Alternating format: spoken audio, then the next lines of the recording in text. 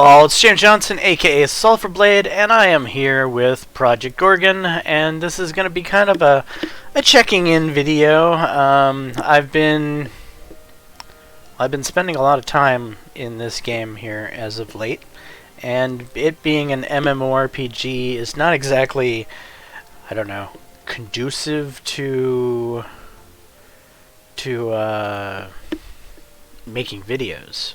It's a game where you spend large chunks of time doing relatively nothing. But I want to put out a video every now and then just to, you know, keep the channel up. Let you guys know that I'm still alive, stuff like that, you know, just checking in from time to time. So here we are in the world of Project Gorgon, where we have a random rat named Rodrigo. This is an actual player here, or no, owner Taurinus. So this is actually a pet. So this rat's a pet. These are, I think, they have something to do with necromancers. So they're like pets of a necromancer. And so Rodrigo must be running around here somewhere, and he left his pets inside of the inn. Anyway, there are a ton of I wouldn't call them classes, I would call them skills, and the various skills in this game can make some for some interesting gameplay. In that you've got your typical standard tamer type skill, so that's obviously somebody's tiger. Yep. But at the same time, you have skills that can actually transform your person, your player, into animals of all shapes and sizes, from rabbits to cows to wolves to owls and ducks and birds. Oh my, it's quite the plethora of uniqueness inside of Project Gorgon. So there is that. For right now, I'm just going to grab some food in the inn. I'm going to buy it used because I'm too lazy to cook. One of the things with food in this game, I can actually give some tips in case you're a new player thinking about playing the game. Click on shop, go to buy used, and you can find food in here that I may not have eaten. See, it says down there at the bottom, you have eaten this type of food. And every time you eat a food type that you haven't eaten before, like these potato wedges, I have not eaten them as of yet, so I'll go ahead and buy them. Anytime you eat a food type that you haven't eaten before, you get a large amount of XP towards your gourmand skill. Your gourmand skill allows you to eat higher level foods, and higher level foods are actually really powerful in this game. Food is something that that gives some pretty huge benefits to the player. Like, for example, here's these lagers, and you can see that they require like gourmand level 45. I can't drink this until my gourmand gets that high a level, and it's not. I would like a little bit higher level food that I haven't eaten. Strawberry bowl. Do I already have one of those in my inventory? I think I do. Secret rice, barbecue. No. Is this a snack? It is a snack. I will buy that. So you can eat a snack and a meal at the same time, and you can get benefits of both. Okay, here's a meal that's slightly higher level.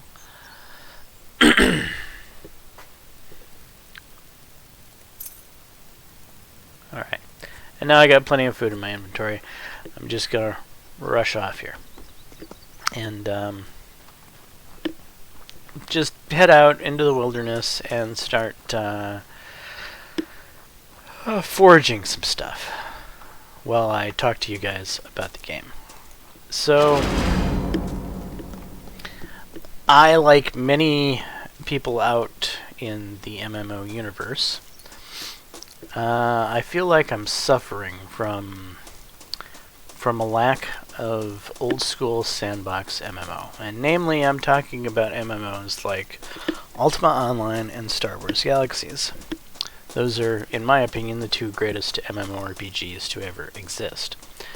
And the MMORPG universe has been saturated with theme parks and WoW clones. And while World of Warcraft is a theme park, it's its own style of theme park, if you will.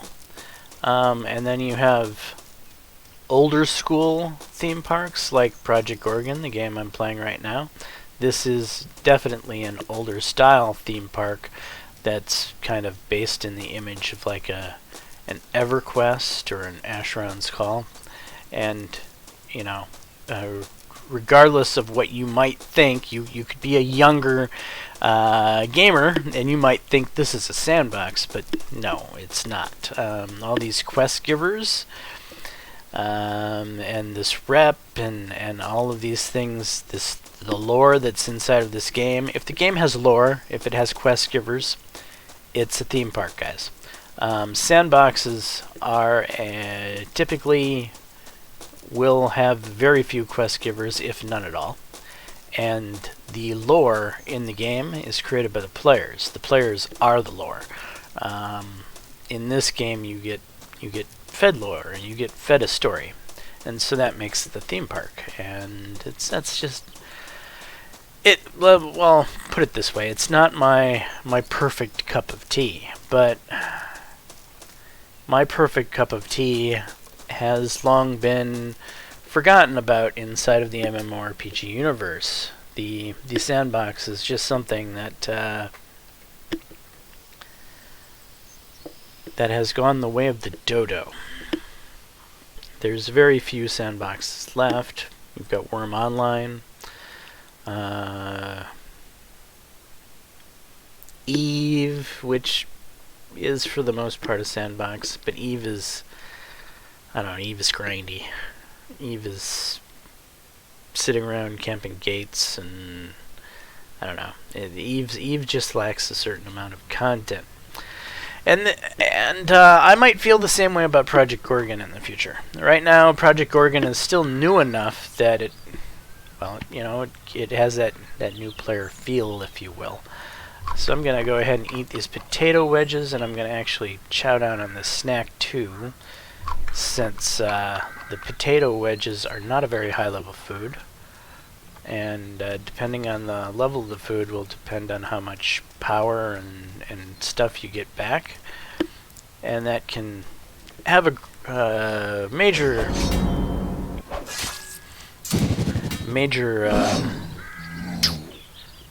see, like every fight I go through this process of having to get my power back before I can fight again.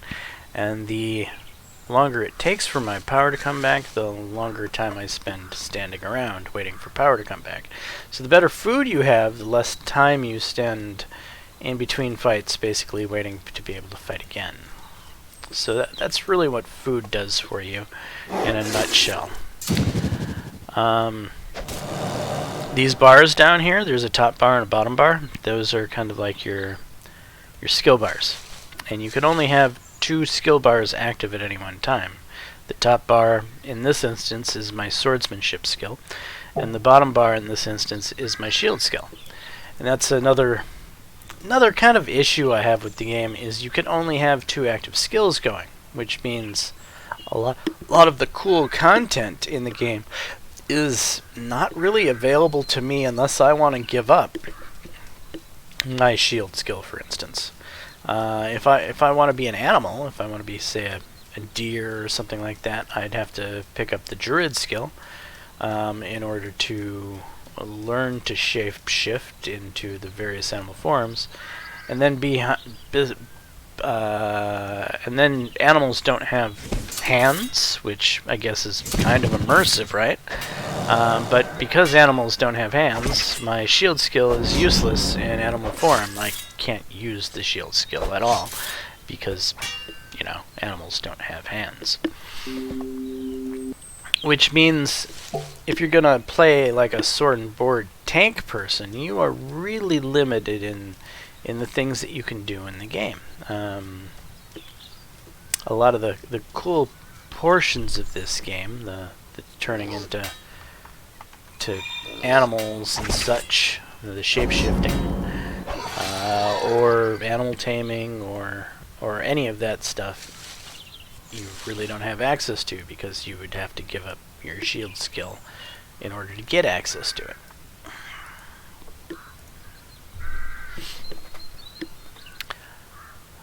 But ultimately, what does Project Gorgon feel like to me at this point? It feels like a game where I spend 99.9% of my time running around killing things. And I will be frankly honest, that to me is disappointing. I think an MMO needs to be far more than killing things. And at this point, Project Gorgon has not proven to me it's more than just killing things. However, I'm a new player. I've only played the game for, 4 days now. So there's certainly avenues and aspects of the game I have not gotten into. I haven't really gotten into crafting per se. I've dabbled in the outskirts of crafting, if you will. I can do some basic leather working, but nothing that is wearable, nothing I would want to put on my character. I haven't been able to get into the vendoring yet. I've been thinking about doing that today because, well, just getting the money required to be able to pick up the skill to be able to have a vendor is a pretty daunting task for a new player. It requires 20,000 gold to unlock that skill, and honestly 20,000 gold in this game isn't technically that much. It's that much for a new player. So from what I understand, talking to veterans, it's not unfeasible to have skills and things locked behind paywalls of $1 million in game, which is a far cry from the 20,000 paywall to get into being able to have a vendor. So I guess I should be thankful that the paywall to get into vendors is as low as it is. It could certainly be higher because other things in the game are higher. Not sure why I clicked that skill. That's my skill to go running real fast, and it's also an aggro skill too. So that's one of the things it can do.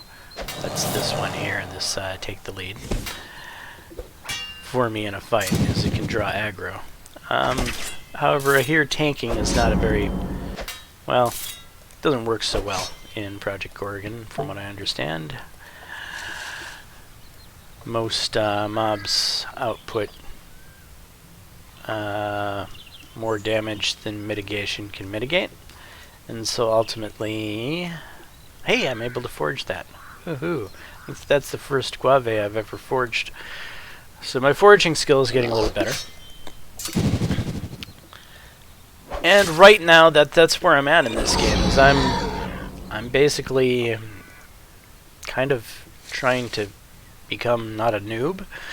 I'm working to raise my foraging skills so that I can, well, so that I can forage things that I haven't been able to forage. Like in this zone, there's cedar wood that I don't have the ability to forage as of yet, but I'm getting close. But ultimately, I want to be able to forage everything in this zone of Altibule before I move on to the next zone that will probably challenge me more combat-wise. Right now, I'm kind of combat-wise strong enough that most things in this zone don't challenge me too much. I'm pretty safe running around here at this point.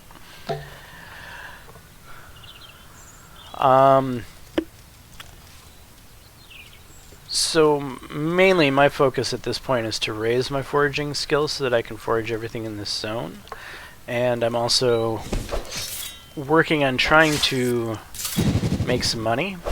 However, making money for a new player is easier said than done when most of the stuff I collect ends up gifts to NPCs. Because I need to get the NPCs to like me, so that the NPCs then give me better prices, so that the NPCs then have more money every week for me to be able to vendor stuff to them. In the beginning, a lot of the vendors don't have a lot of money to vendor stuff to them, and so you can quickly run a vendor out of money if you don't work on getting favor with the vendors. And so, currently, at this stage in my gameplay, about 90% of the stuff I loot ends up getting handed to one various vendor or another as a gift to raise favor.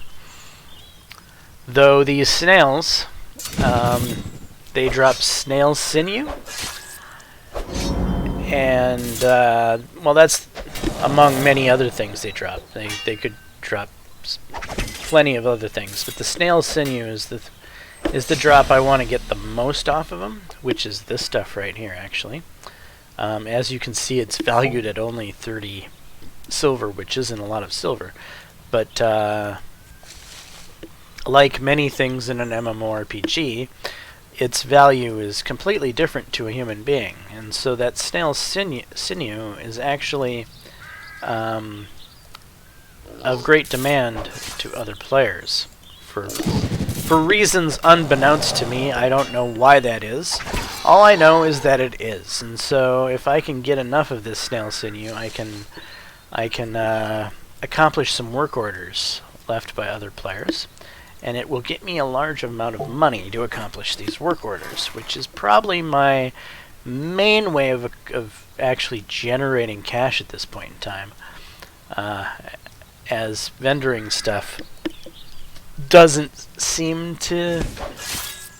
Well, it could work if I actually vendored this stuff, but again, I end up giving most stuffs to as gifts, and thus not making money off of it. Which I feel is the right way to do it at this point of my in-game life, if you will. I need to get the relationships up with these vendors so that, you know, later on I have that relationship, and then I can vendor everything, and I'll be making money hand over fist. Or at least that's the hope. Okay, I gained another skill in foraging. That's cool. But so ultimately, this is a theme park, much in the guises of what EverQuest was. It's got underlying lore behind it. It's got gods. It's got lots of quests. It's got lots of reputation with quest givers. But it does have, I don't know, kind of an open world feel. So new gamers confuse an open world with sandbox. They think an open world makes it a sandbox, which to some extent that is a quality of a sandbox. Ultimately, a sandbox game is an open world without quest givers, without lore, that allows you to go anywhere that any other player is. So, let's take World of Warcraft, for example. You zone into a dungeon with your friends. It's your instance of that dungeon, right? Other players can't enter your instance of your dungeon because it's your own unique instance. That is a theme park mechanic. That is not a sandbox mechanic, and therefore it fails to meet one of the primary prerequisites of being a sandbox, and that's to be able to go anywhere that anyone else is. And then there's the quests and the lore hidden inside of the game. For my old school definition of what a sandbox is. So in Ultima Online, you could go anywhere that any other player was. There was no instancing of dungeons. There was no lore. The lore was created by the players themselves. And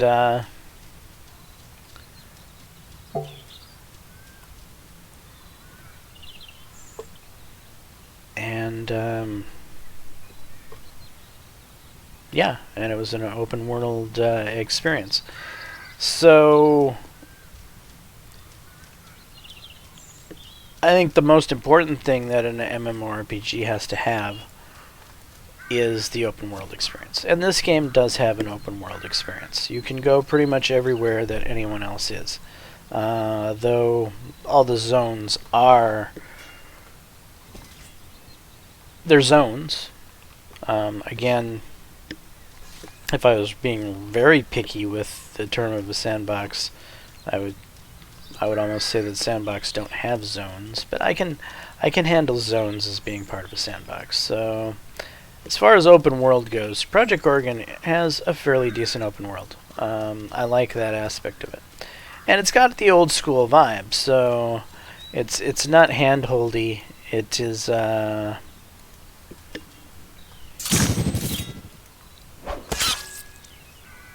it's somewhat enjoyable. It's playable. And when you're really craving an old school, when you're really craving Ultima Online, and when you're really craving Star Wars Galaxies, and you're in the year 2020, you don't have a whole lot of options available to choose from. And Project Gorgon is probably one of the best MMOs that are available to play, but if it was a perfect world, this would not be my MMO. But it is the best of what I have available to me at this point in time. Or at least, it feels like it could be the best I have available to me. Worm Online is a true sandbox, but it's so grindy. Yeah. I don't know what else to say about Worm Online other than it's a major grind.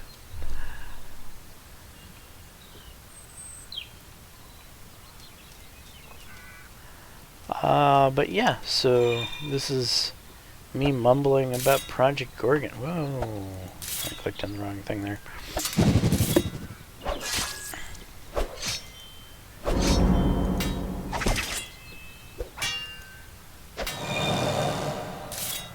I'm so far enjoying my time. I haven't gotten bored of it yet, even though I do spend so much time just hacking and slashing at mobs like this. This has been pretty much the predominant gameplay that I've been experiencing is this over and over and over again, and at some point this is gonna get old. I can guarantee that. So I really need to open up other avenues of this game. I really need to open up the crafting, get more into that. I really need to open up the vendoring, get more into that, because if I have a vendor I'm stocking, then this might not feel so, I don't know, what's the word I'm looking for? One-dimensional. The game has a very one-dimensional feel, at least for me at this stage in time. I think a good MMORPG, like Ultima Online, in my opinion, was the greatest MMO of all time. In Ultima Online, you had so many other things that you could do besides combat. You could run around taming things, which was always cool. You could fish. Fishing is something I've often used as a indicator of how good an MMORPG is based off of the fishing inside of it. And sadly, the fishing inside of Project Gorgon is pretty lackluster. In fact, let me see if I can show you Project Gorgon's fishing. Yes. Project Gorgon's fishing has really nothing to do with fishing. Project Gorgon's fishing is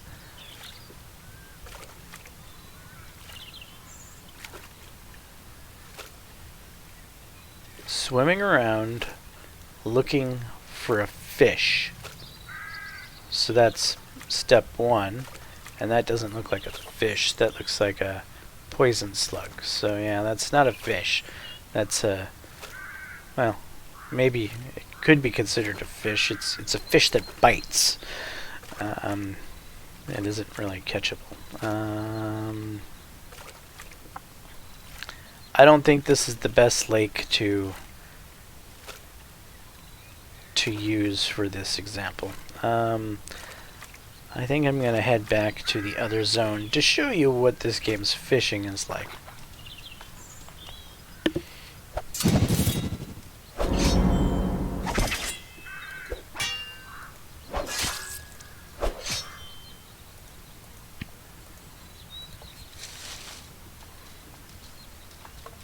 Anyway, I'm getting off topic here.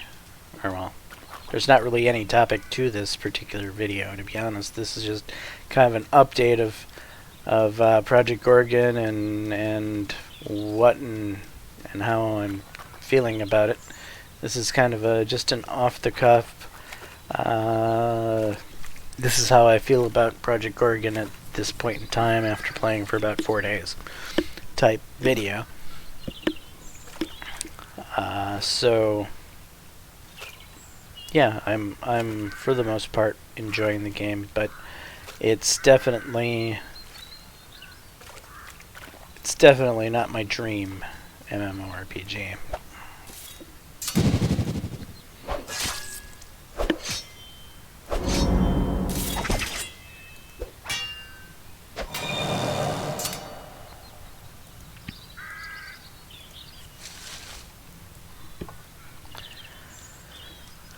Maybe it would be best to compare it to, I don't know, a modern MMORPG that people might be familiar with. How about Black Desert Online? It's one of the most recent MMORPGs that I've played besides this game is Black Desert. Black Desert Online had some things I liked about it. It at least had an open world, which was a huge checkbox in the right direction. I ended up playing Black Desert Online because it was claimed to be a sandbox, right? And yeah, it's a sandbox as much as this game is a sandbox. So it's got an open world, which Project Gorgon has an open world. So if an open world is sandbox in your neck of the woods, then I suppose Black Desert Online is a sandbox. However, Black Desert Online is filled with quest givers. It's filled with theme park-esque stuff. So the name theme park is based around a theme park, right? You have a Ferris wheel and a merry-go-round and tilt-a-whirl and other various rides that you might happen upon. That's a theme park. Well, in a theme park MMO, a quest giver gives you a task or tells you a story, and it it puts you on this ride that is the game. That is why a theme park is called a theme park, and that's why quest givers are indicative of a theme park. In a sandbox, the kind of the antithesis of a theme park, you don't have anything telling you what to do. You have an open slate, open world with content in it, but no direction. That's what a sandbox is, right? So in a sandbox, the player creates his own direction. The player creates his own lore. The player creates his own destiny, not the NPCs telling him to go here and there. So that's ultimately the real difference between a sandbox and a theme park. And new players often confuse an open world with being a sandbox, and those two things just are not quite accurate. Granted, I do prefer an open world. So if this was a theme park that wasn't an open world, if it was an instanced piece of trash, heavily segregated and heavily on rails, because obviously I can go any direction I want to. I can go to any zone I want right now. So that is sandbox-esque. I can ignore the quest givers in this game, and I can play it like it's a sandbox. So that's some good things about Project Gorgon for me, is I can ignore the theme park features if I so choose to. But there's some MMOs out there that you can't ignore the theme park features. Like, for instance, what was that Star Wars one? Star Wars The Old Republic or something like that? That was very on rails. It was very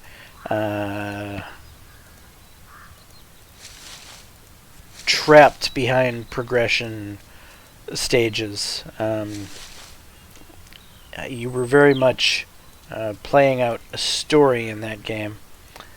And yeah, that's just the perfect example of an MMORPG that I have no interest in. That I think is just the worst thing in the world, right?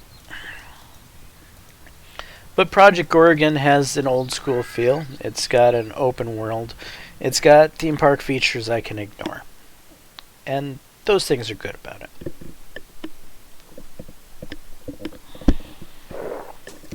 And I'm having the same conversation here. Feels like I probably ranted about the exact same stuff now for however long this video is. So let's try to move on to fishing and show you how Project Gorgon really fails on what I've considered to be one of my best ways of judging an MMORPG is by the quality of its fishing. And I really, for the most part, believe that fishing is a great way to judge an MMORPG and how good it is. So Black Desert Online, for instance, actually has a fairly decent fishing mechanism to it. And I can, in Black Desert Online, I can avoid combat and just go fish for a while, right? So it gives me a different thing to do that is not combat. Well, I suppose I could go fish for a while in Project Gorgon, but you see just how entertaining fishing in Project Gorgon is. What was that? Those shadows were bizarre. What are those shadows from? There's something flying up here? Huh. Alright, so this lake isn't very good. Oh wait, I think I might see a fish. No, I don't.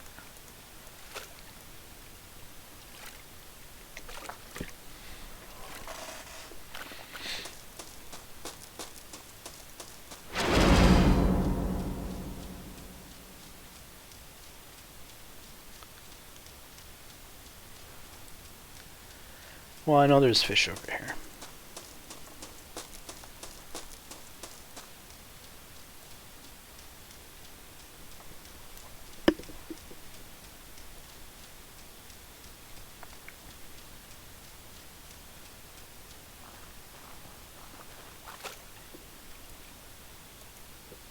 Like right there's a fish.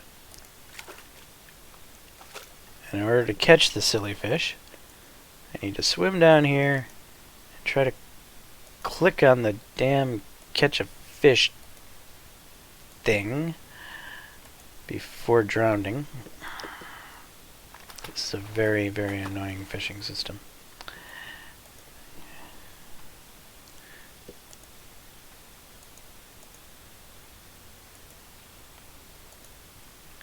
Alright, there. I caught a fish. That's fishing in this game. Can you believe it?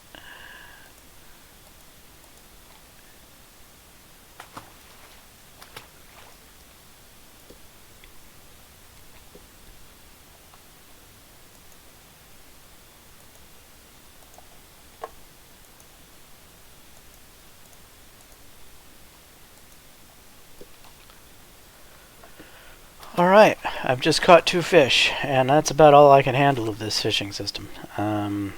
You literally swim up to a fish, and you click catch fish. So I don't think I need to do anything more to explain fishing in Project Gorgon. But since it's 6 p.m., it's about to be 7 p.m., which means sunset's about to be happening, I can show off one of the more unique aspects of Project Gorgon, and also it's something that doesn't require any combat either, so there's that.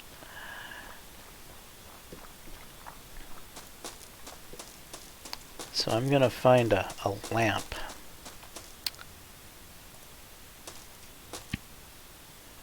Okay, this one has oil. Good. Wanted to make sure it had oil in it. And what about this one? It has oil too. Okay, so I have 2 lamps right here, and when it turns 7 p.m. in-game, I'm going to light these lamps. And when I light the lamps, I'm going to get what's called Civic Skill. Civic Pride, I think it's called. And if we pull up the skills and abilities, here's Civic Pride. And if you click on info of Civic Pride, you can see I'm only level 1 right now. But when I get to level 4, I'll get +1 to max map pins. When I get to level 5, I'll get -1 cost of NPC training. At 7, I get +2 to NPC max purchases. At 10, so on and so forth. You get the idea, right? So it's got some pretty sweet things you can get. Oh, it's time. So 7 p.m. is the right time to light the lamps, and that will get me Civic Skill. So I've now lit 2 lamps. I'll check this lamp.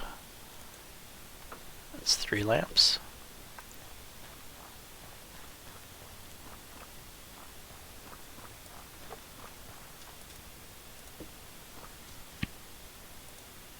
Four lamps. In there, my Civic Pride just went up a level. So, you know, it's little things like that that I think really make oil in this one. That I think make this game. Little small touches like lighting lamps at a particular time every day, giving you a Civic Pride skill, which then, you know, obviously helps in certain things. It's got so many unique features. I dare call them old school features, right? I like the fact that I'm running around lighting lamps right now. This is a non-combat activity, which from the rest of this episode I've I basically kind of said this game kind of lacks in non-combat activities, and that's probably because I'm still a noob, and I have not figured out the things that are available for me to do.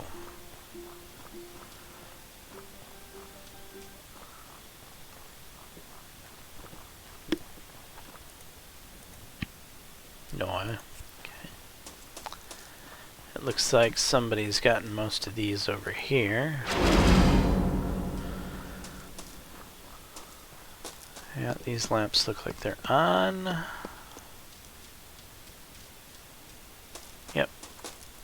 Alright, so I've done my civic duty for the day, and I've lit some lamps. I've gone out, I've randomly killed some things, and now let's show you another, I don't know, core aspect of the game, and that's clearing out the inventory. So this is probably another aspect of the game that will give you a real feel of what the game is like. So this is kind of the what I do every time I come back from hunting. Is first I will go and see what things are available to give to this person as a gift, and this person loves rings. And I verify that the ring is not something I need, and I verify it's not the ring I'm wearing. The E means it's equipped. And so yeah, your equipped stuff is inside of your inventory in this game. Different than a lot of games. So you got to be wary of that you don't sell off or give away your equipped item. You can see that I didn't sell anything to him, right? I checked to see if I could give him anything as a gift. Now, this guy likes food, and so some of my food I'm not going to want to give him. I'm going to give him the fish, because that's pretty much what I've been giving this guy is fish. But all of these food types here, I'm going to want to eat myself. And the meat, I'm actually saving for my cooking skill later down the line. So that's about all I have to give to him right now.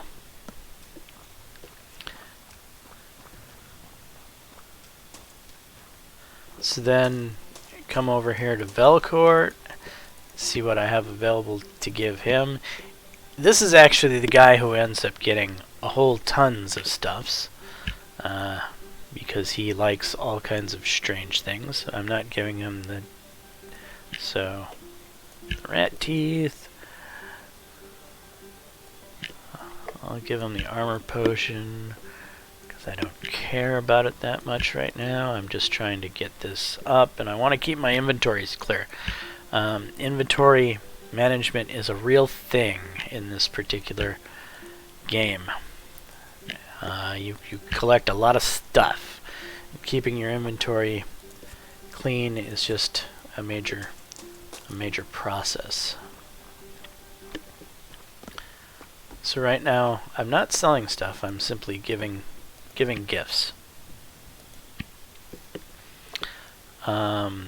Shoddy animal skin, rough skin. So I'm gonna give her the rough skin because I'm saving the shoddies for players to sell to players, and I'm saving crude and decent for my own tailoring purposes. So that's pretty much the only gifts I've been giving Marna lately has been rough skins.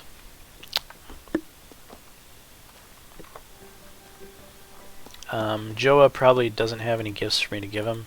He likes things like swords. Oh, he also likes meat, but he's not going to get my meat. And yeah, I know, that sounded wrong. Just ignore it.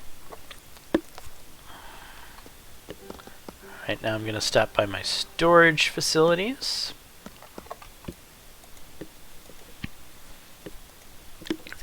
Go to the chest where I store my meat.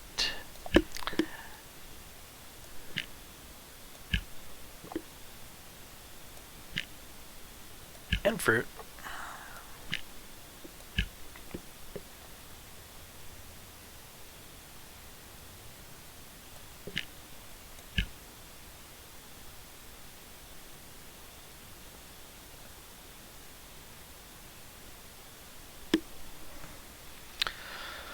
Alright, I think that is all of those things. Now we'll check Marna's storage.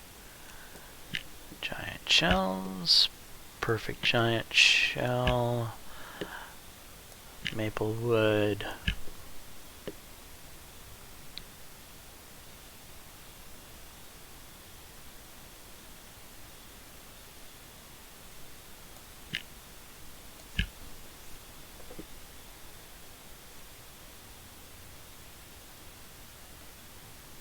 Red aster seeds.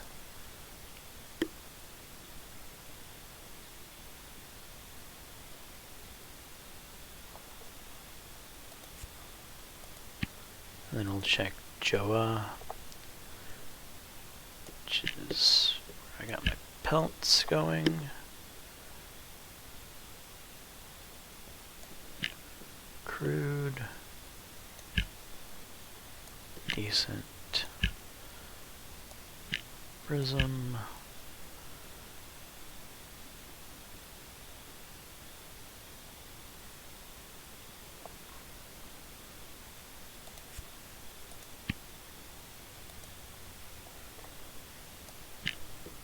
Mushrooms that I missed the last time.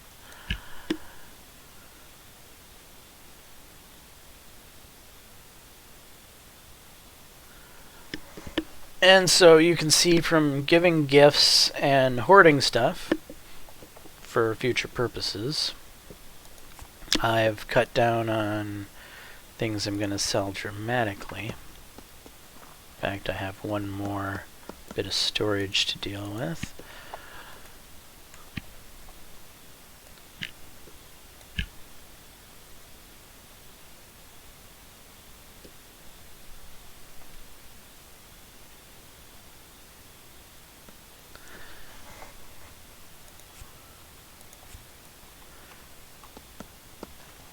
And now we have one more vendor to give gifts to. And then we can sell. Which there won't be much left to sell. Won't be much of anything left to sell.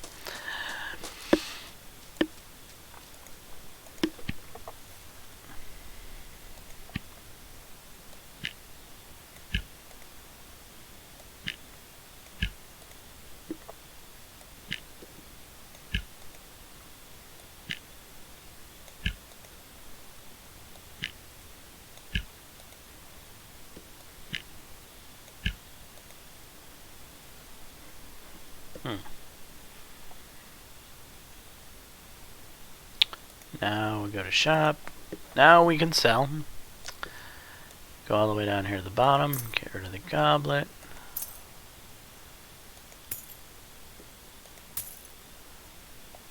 And yeah, that's the money we made off of that trip.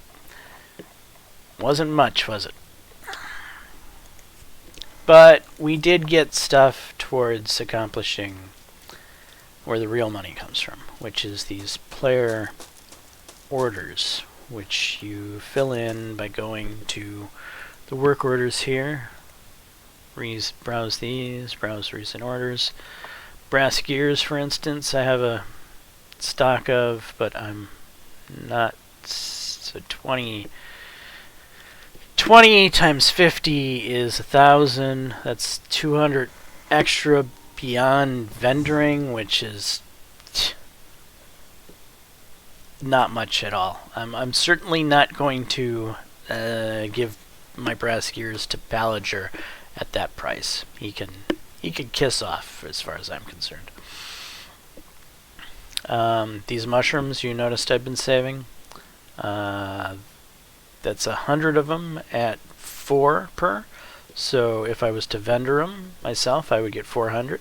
This guy wants 5,000. So this is an example of something where a new player like me can make a fair, decent amount of money. Is once I get 100 of these mushrooms, which I'm 2/3 of the way there already, I'll be able to get a nice little payday from that.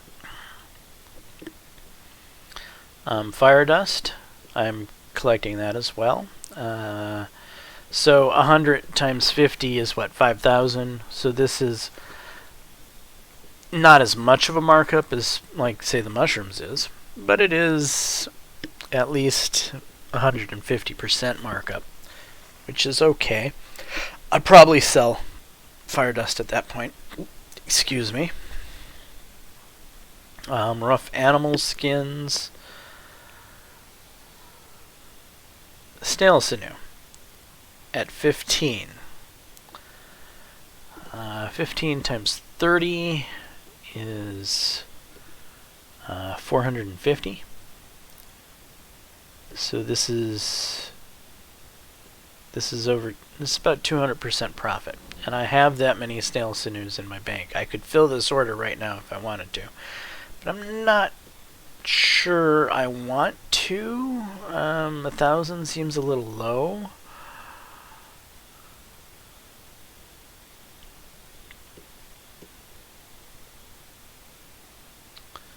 And then there's femurs. This is something that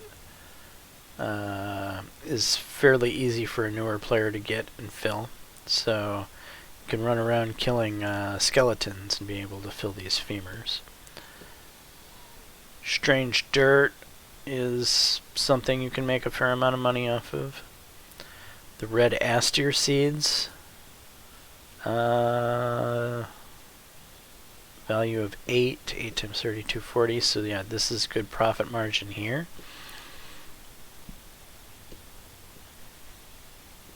Tin gears.